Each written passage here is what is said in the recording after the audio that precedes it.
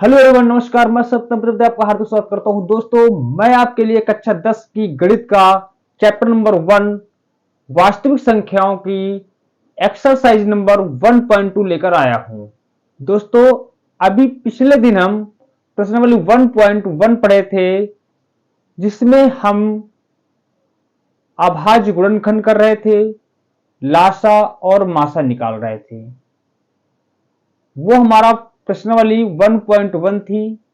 आज हम लेकर आए हैं प्रश्नावली 1.2। इस प्रश्नावली में हमें सिद्ध करना क्या है? सिद्ध ये करना है कि √3 एक अपरिमेय संख्या है, √2 एक अपरिमेय संख्या है, √5 एक अपरिमेय संख्या है। बच्चों, यह प्रश्नावली परीक्षा की दृष्टि से बहुत ही इंपॉर्टेंट चैप्टर है, क्योंकि सबसे ज्यादा इसी चैप्टर के क्वेश्चन आते हैं। हम जानते हैं कि बोर्ड के अनुसार इस चैप्टर को 5 नंबर निर्धारित किए गए हैं, अर्थात यह 4 नंबर या 6 नंबर में आ सकते हैं। तो हम समय नहीं गंवाते और फटाफट स्टार्ट करते हैं अपने इस चैप्टर पर। तो हमें क्या सिद्ध करना है इस चैप्टर में, या हमें क्या काम करना है इस चैप्टर में?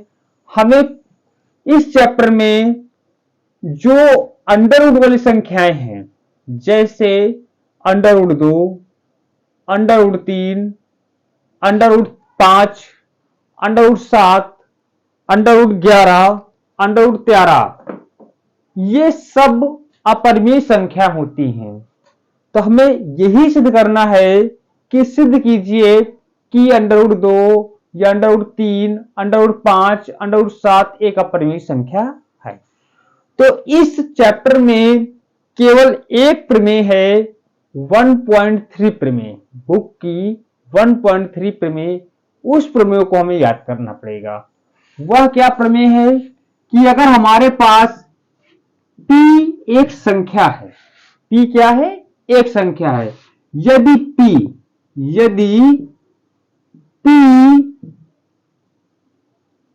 a स्क्वायर को विभाजित करता है, यदि p a स्क्वायर को विभाजित करता है, तो p a को भी विभाजित करेगा। ये इसकी प्रमेय है, विभाजित करेगा। इसी प्रमेय से ये हमारे क्वेश्चन सॉल्व होंगे। यदि p a स्क्वायर को विभाजित करता है तो p a को भी विभाजित करेगा। बस इतनी थ्योरम है। ये बुक की है 1.3 प्रमेय। प्रमेय नंबर क्या है? 1.3। ये प्रमेय क्या कहती है? यदि p a स्क्वायर को विभाजित करता है तो निश्चित तौर पर p a को भी विभाजित करेगा। बस इसी थ्योरम से ये पूरी प्रश्नावली स्टार्टिंग है और समाप्त है। इसी प्रश्नावली, इसी सूत्र से यह प्रश्नावली आधारित है। तो हमारे पास आते हैं क्वेश्चन नंबर 1। तो क्वेश्चन नंबर 1 लिखा है, सिद्ध कीजिए कि √5 एक अपरिमेय संख्या है। क्या है? अपरिमेय संख्या। हमें सिद्ध क्या करना है? √5 एक अपरिमेय संख्या है। तो अब देखो, हम मानेंगे कि √5 एक परिमेय संख्या है। जब हम इसके अपोजिट मानेंगे, कोई भी चीज उसके अपोजिट मानेंगे और उसको फॉलो करवाएं उस चीज पर, अगर फॉलो ना करे तो चीज हमारी मान्यता गलत हो जाएगी। मतलब हम समझे नहीं। हमारा मतलब यह है कि अगर हम, जैसे हम लोग पढ़ते हैं आवर्त सारणी में तत्वों के स्थान, है ना? अगर मान लेते हैं कोई भी तत्व, हीलियम है, शून्य वर्ग में आता है, मान लेते हैं प्रथम वर्ग में है, क्या मान ले हम, प्रथम वर्ग में। अगर वो प्रथम वर्ग के नियम को फॉलो करेगा तो प्रथम वर्ग का मान लिया जाएगा, अगर वो फॉलो नहीं करेगा तो वह प्रथम वर्ग का तत्व होगा ही नहीं। अब इसी प्रकार हम √5 को एक परिमेय संख्या मानेंगे, क्या मानेंगे, √5 को एक परिमेय संख्या मानेंगे। अगर परिमेय संख्या के सारे गुण को यह फॉलो करता है तो यह परिमेय संख्या हो जाएगी। अगर यह फॉलो नहीं करता परिमेय संख्या की तो यह क्या हो जाएगी, अपरिमेय संख्या। मतलब यह है कि इसको हम अपोजिट मानेंगे यह एक परिमेय संख्या है और परिमेय संख्या वाले गुण को दर्शाएंगे, परिमेय संख्या वाले गुणों से इसके गुण को मैच कराएंगे।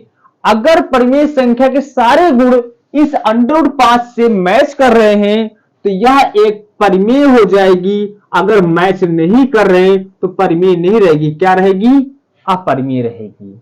तो हम मानेंगे कि √5 एक परिमेय संख्या है। तो हल करते हैं, लिखेंगे हल, माना √5 एक परिमेय संख्या है, क्या मान लेंगे, √5 एक परिमेय संख्या है। क्लियर। अतः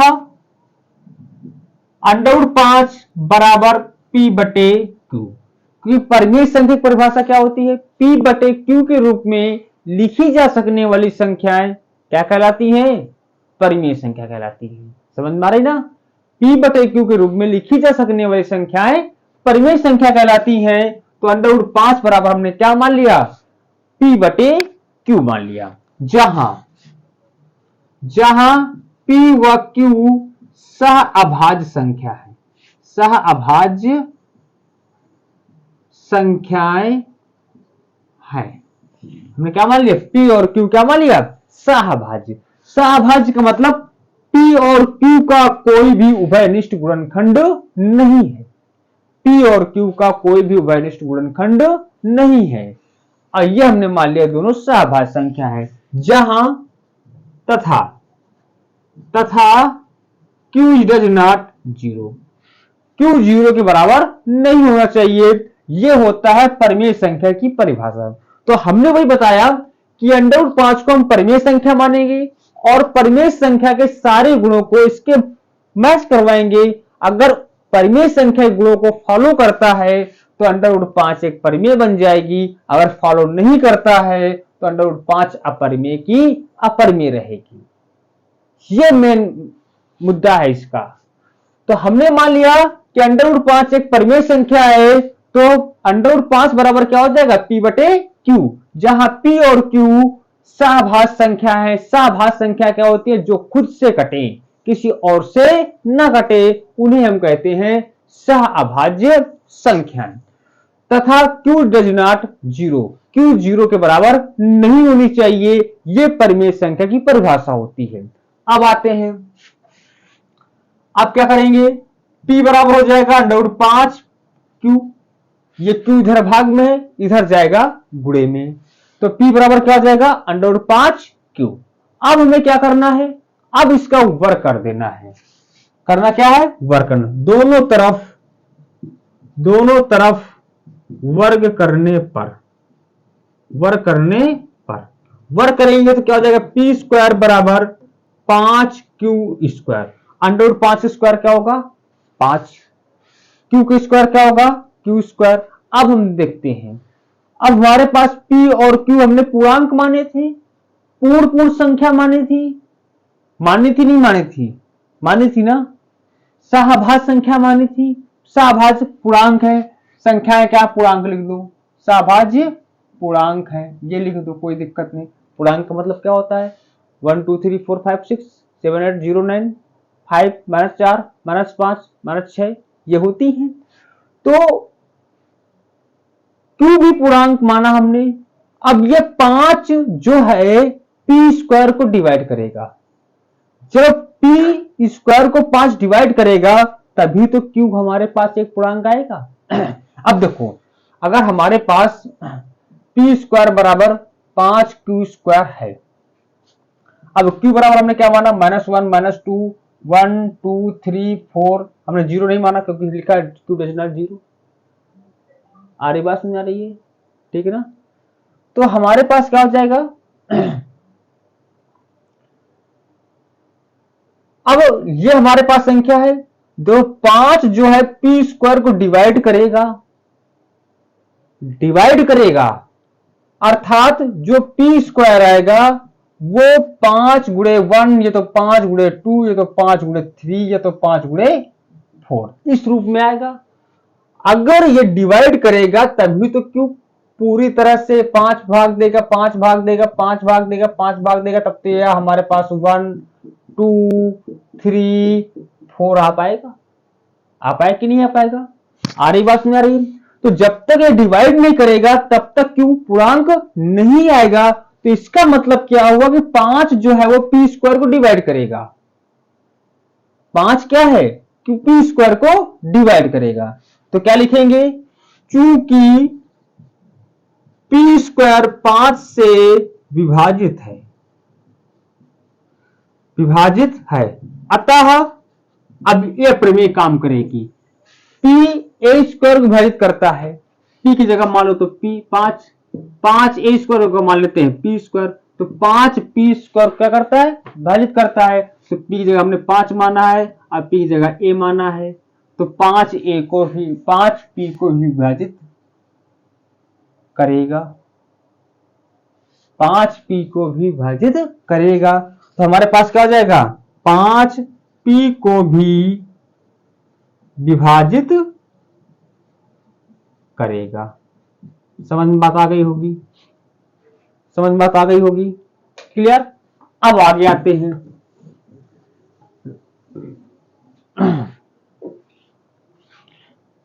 माना पुनः p बराबर 5m, क्या मान लेंगे, p बराबर 5m। तो समीकरण 1 से, समीकरण 1 इसको मान लो और 2 इसको मान लो, समीकरण 2 से, क्लियर।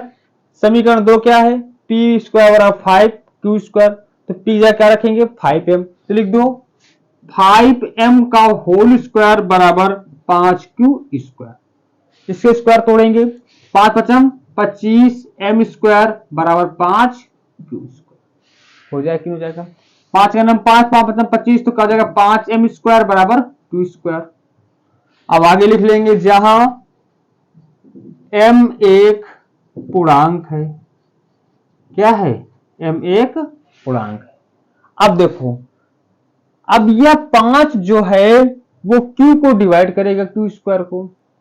जब ये डिवाइड करेगा तभी m एक पूर्णांक आए कि नहीं आएगा। अगर मान लो डिवाइड ना कर पाए, उसे मान लो q बराबर आ जाए 3 5 7 3 6 7 8, अब 3/5 इधर आएगा भाग 5, तो हमारे पास m पूर्णांक बन पाएगा, नहीं बन पाएगा, भिन्न राशि बन जाएगी, है ना। जब तक q क्या नहीं आएगा, 5 10 15 20, अगर ये आ रहे हैं तो 5/5 का भाग देंगे तो 1, 5 का भाग देंगे तो 2, 5 का भाग देंगे 3।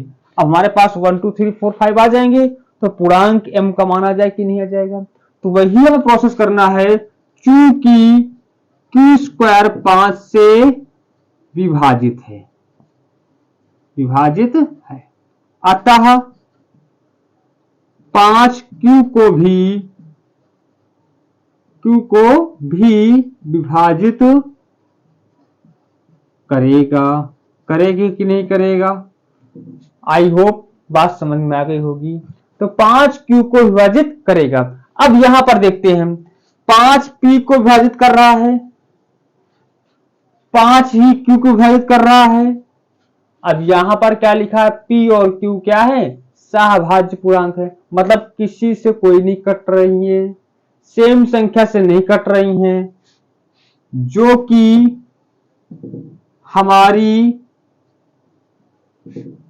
हमारी कल्पना का विरोधाभास है। क्या है, विरोधाभास है। अतः √5 एक अपरिमेय संख्या, अपरिमेय संख्या, यह हमें पास करना है।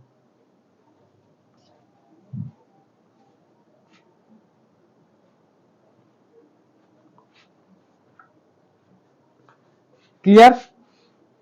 आई होप बात आपको समझ में आ गई होगी। अब हम आगे आते हैं, हम एक इसी प्रकार के एक और क्वेश्चन बताने जा रहे हैं। सिद्ध कीजिए √3 एक अपरिमेय संख्या है। तो हम आते हैं अगले, ये क्वेश्चन बुक में नहीं है लेकिन उदाहरणों में है और बहुत ही बार पूछा जाता है। तो हमारे पास क्वेश्चन क्या है, सिद्ध कीजिए √3 एक अपरिमेय संख्या है।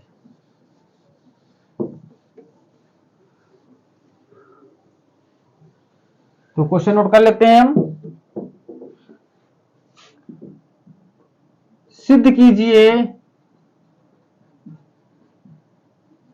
√3 एक अपरिमेय संख्या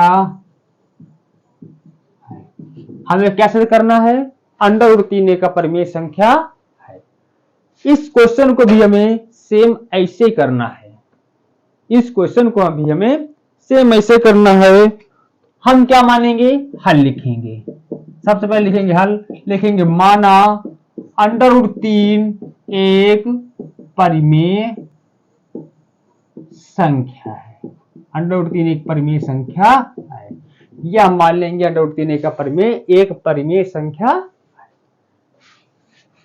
अतः √3 बराबर P/Q, जैसे हमने किया था वैसे इसमें भी करेंगे, जहां P तथा Q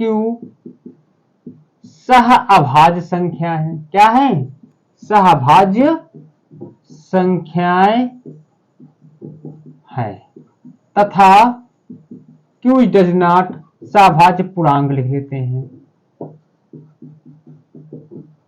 Q डज नॉट 0। अब क्या करेंगे, इसको इधर लाओ तो P बराबर क्या हो जाएगा, √3 Q, जैसे पहले किया था वैसे इसको भी कर देंगे। अब क्या करेंगे, दोनों तरफ वर्ग करने पर, दोनों तरफ वर्ग करने पर P² बराबर क्या हो जाएगा, 3Q² हो जाएगा। √3 का स्क्वायर क्या होता है, 3 होता है। Q का स्क्वायर क्या होता है, Q² होता है। अब देखें हमने क्या माना है, P और Q सहअभाज्य पूर्णांक है, तो 3P² को काटना चाहिए। अगर 3P² को काटेगा नहीं तो Q² पूर्णांक बनेगा नहीं, या Q पूर्णांक बनेगा नहीं। तो हम क्या करेंगे, चूंकि P² 3 से विभाजित है, अतः 3 P को भी विभाजित करेगा, ये प्रमेय से। क्लियर? अब आगे आते हैं, माना पुनः P बराबर 3M, जहां M एक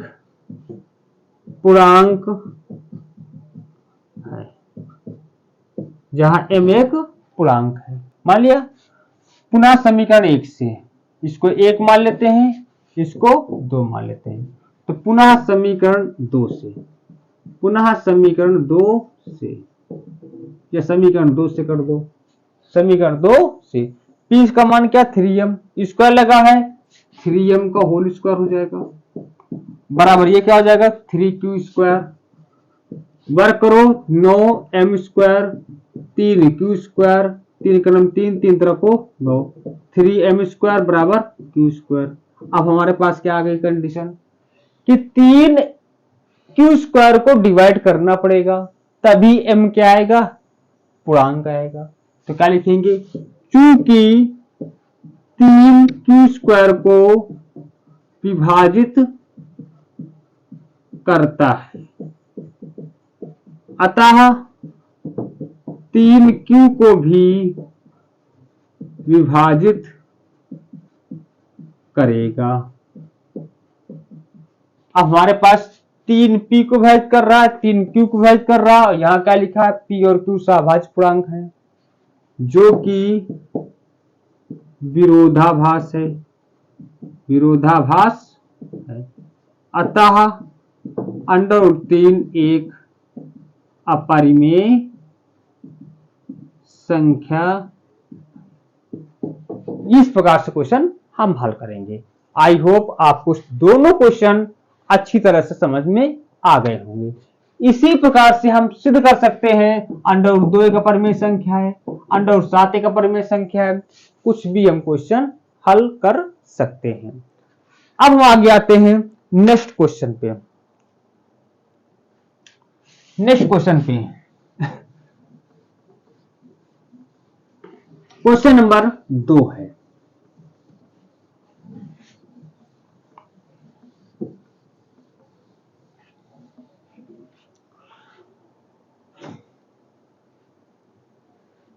क्वेश्चन नंबर 2 लिखा है, सिद्ध कीजिए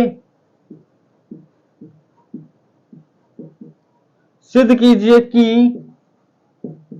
3 + 2√5 एक अपरिमेय संख्या है।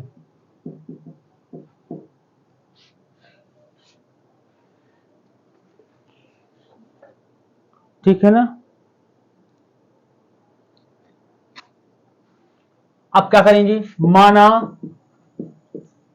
3 प्लस हल करेंगे।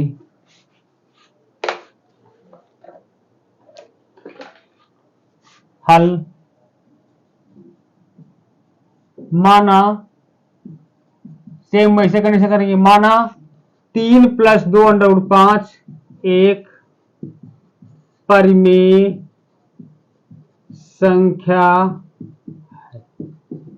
तो अतः 3 + 2√5 बराबर क्या हो जाएगा, a/b, जहां a व b सह अभाज्य संख्याएं हैं, अभाज्य संख्याएं हैं, तथा b does not 0। b does not क्या मान लिया हमने, 0 मान लिया। ठीक है ना। तो हमारे पास क्या जाएगा, इसको उधर ले जाओ। तो 2√5 बराबर a/b -3। तो 2√5 बराबर क्या हो जाएगा, a - 3b/b। तो √5 बराबर क्या हो जाएगा, a - 3b/2b। हमारे पास ये क्वेश्चन हो जाएगा। अब क्या लिखेंगे,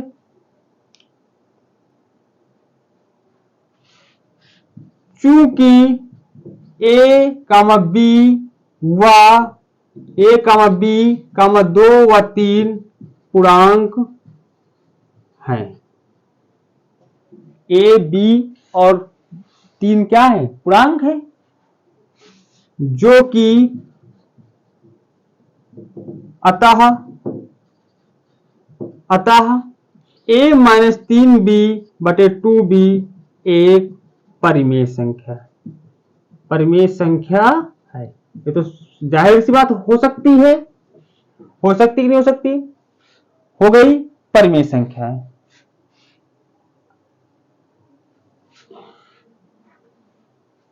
इसलिए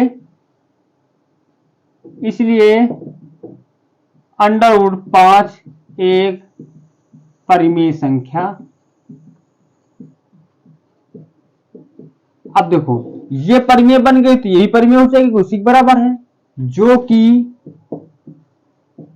कि विरोधाभास है। अभी क्या कर रहा है, इसको अपोजिट कर रहा है, फॉलो नहीं कर रहा, विरोधाभास है। अतः हमारी कल्पना गलत है। अतः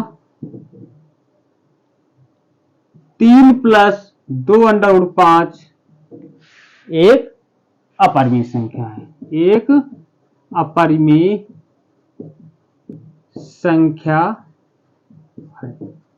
बस इतना ही हमें हल करना है।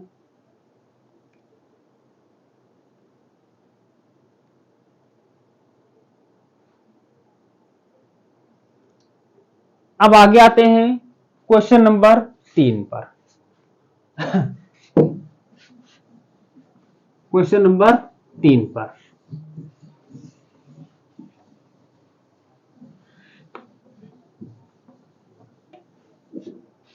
क्वेश्चन नंबर 3 में 3 क्वेश्चन है। पहला पॉइंट क्या है, 1/2। दूसरा पॉइंट क्या है, 7/5। अगला पॉइंट क्या है, 6 + √2। 6 + √2। और जो ये हमारे पास ये वाला क्वेश्चन है, इस प्रकार का सेम अभी ये भी बता चुके हैं। पहला क्वेश्चन उठाते हैं, ये सब पढ़ा चुके हैं। माना 1/2 एक परिमेय संख्या है, परिमेय संख्या है। अतः 1/2 बराबर क्या मान लेंगे, p/q। क्या मान लेंगे, p/q। जहां p व q, p, q सह अभाज्य संख्याएं हैं। क्या है, सहअभाज्य संख्याएं हैं। तथा q डज नॉट 0। जैसे अभी तक कर रहे थे उसको ऐसे ही कर लेंगे, तो इसको इधर ले जाओ, इसको इधर ले जाओ। p बराबर क्या हो जाएगा, √2p बराबर क्या हो जाएगा, q। वर्ग करने पर क्या हो जाएगा, 2p² बराबर q²। अब देखो, अब क्या होगा, 2 जो है वो q² को डिवाइड करना पड़ेगा, तभी p क्या आएगा, पूर्णांक आएगा। तो क्या लिखेंगे, चूंकि q² 2 से विभाजित है, 2 से विभाजित है, अतः q भी 2 से विभाजित होगा। होगा कि नहीं होगा। अब क्या करेंगे, माना पुनः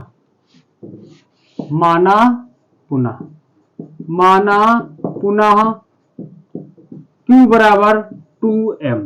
क्या मान लेंगे, q बराबर 2m मान लेंगे, हैं। जहां m एक पूर्णांक है। क्या है, m एक पूर्णांक है। समीकरण 1 और समीकरण 2, तो क्या हो जाएगा, समीकरण 2 से 2 ले लेंगे, 2 का मान रखो, 2p² बराबर q बराबर क्या हो, 2m, तो 4m²। 2 का नाम 2, 2 दूना 4, तो p² बराबर क्या हो जाएगा, 2m²। अब देखो m क्या है, पूर्णांक माना, तो जो 2 है वो p² को काटना पड़ेगा, तभी m का मान 1 2 3 4 5 आ पाएगा। तो लिखेंगे क्या, चूंकि 2 p² को विभाजित करता है, अतः 2p को भी विभाजित करेगा। जो कि अब यहां पर p 2 को विभाजित कर रहा है, यहां पर q 2 को विभाजित कर रहा है, जो कि विरोधाभास है। क्या है, विरोधाभास है। अतः 1/2 एक अपरिमेय संख्या हो गया हमारा क्वेश्चन। अगला क्वेश्चन है 7/5, मान लेंगे 1/b। अगला क्वेश्चन क्या है, 6 + √2। जैसे हमने क्वेश्चन नंबर 2 किया था वैसे इसको भी करेंगे, और अगर आए तो अच्छी बात है, ना आए तो लिखेंगे कमेंट बॉक्स में 3 का 3rd। बाकी हम अब ये चैप्टर एंड हो चुका है। अब हम नेक्स्ट वीडियो पे इसी चैप्टर के इंपॉर्टेंट क्वेश्चन और बहुविकल्पी क्वेश्चन, 2 नंबर वाले क्वेश्चन, 4 नंबर वाले क्वेश्चन और 6 नंबर वाले क्वेश्चन अलग अलग लेकर आएंगे। दोस्तों अब दीजिए इजाजत। Thank you, bye bye.